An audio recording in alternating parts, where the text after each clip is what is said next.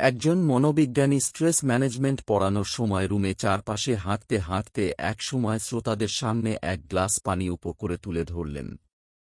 তখন সবাই ভেবেছিল হয়তো তিনি গ্লাস অর্ধেক খালি না অর্ধেক ভর্তি এই প্রশ্নটি করবেন। কিন্তু তিনি তা করলেন না।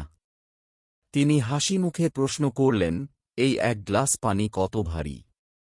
উত্তর আসল 250 ml থেকে 300 ml ভেতর।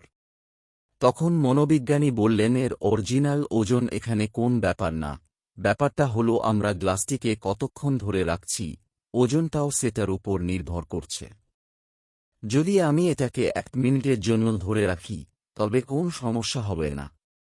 যদি এটাকে 1 ঘন্টা ধরে রাখি তবে আমার হাতে ব্যথা অনুভূত হবে। আর যদি একদিনের জন্য এভাবে ধরে থাকি তবে আমি পক্ষঘাতগ্রস্ত বোধ করব।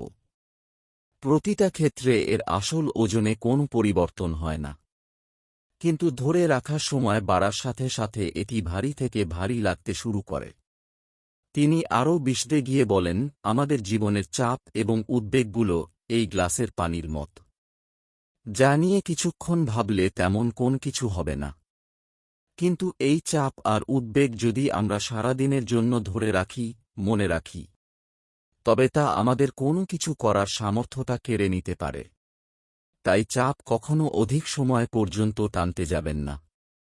এটাকে খুব অল্প সময় ছেড়ে দিতে হবে, অর্থাৎ গ্লাস নামিয়ে রাখতে হবে মনে করে।